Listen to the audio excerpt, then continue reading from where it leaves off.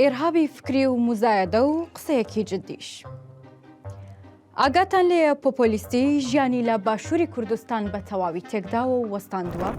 دڵگران مەبن، ئەوەی ئێستا بۆتان باس دەکەم دەردی هەمومانە و دەمەوێت زوو بەهۆش خۆمان بینەوە. سۆشیال میدیای باشوور هێزەکانی ئۆپۆزیسیۆن یان ئەوانەی نزیکن لە بەغدا بە خۆیان دەڵێن معارەزە. ڕەوتە مەزهەبیە پەرگیرەکان، بزوتنەوەکانی ژنان، پۆپۆلیست و مزایەدەچیەکان بە تەواوی ژیانیان وەستاندووە، نەک هەروەستاندویانە بەڵکو ئیفلیجیان کردو و پەکیان خستووە.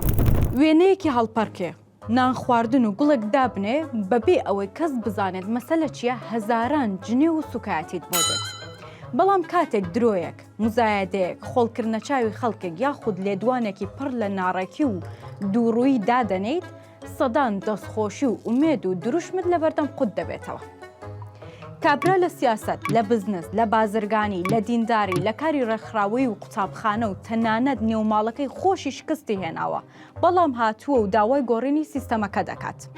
کابرا ژنێکی بەدزیەوە هێنا و لە ترسی ئاشکرابوونی لای خێزانی پێشنیاری فرەژنی و میسار و جۆرەها زەواج دەکات کە بە وتەی ئەو یەکێک لە ئیمامەکان وتوێتی ئاسایی و قەینە.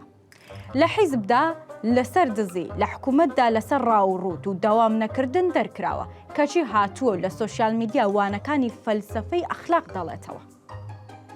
براکەی لەسەر قەرزاری کوژراوە، خۆی سنتی پێنیە و پارەی ئاو و کارەبا و قوتابخانەی مناڵەکانی نەداوە و کابرای مارکێتەکەشی بلۆک کردووە، کەچی هاتووە لە فەیسبووکەکەی ئەو وەسڵەی داناوە کە یارمەتی بۆ لێقەوماوانی غەزە ناردووە.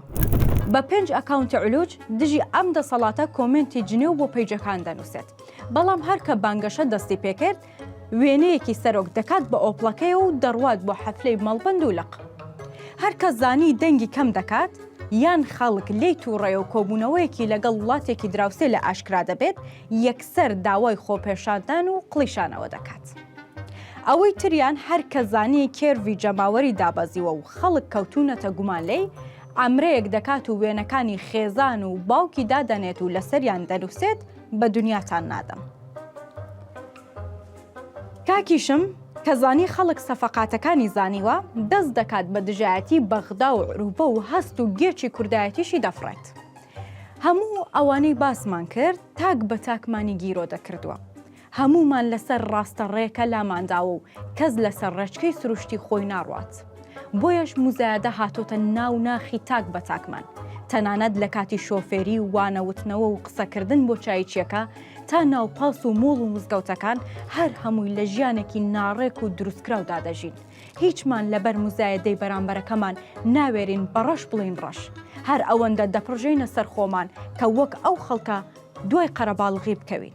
هەزار دەرد و نیەسمان دەرمان.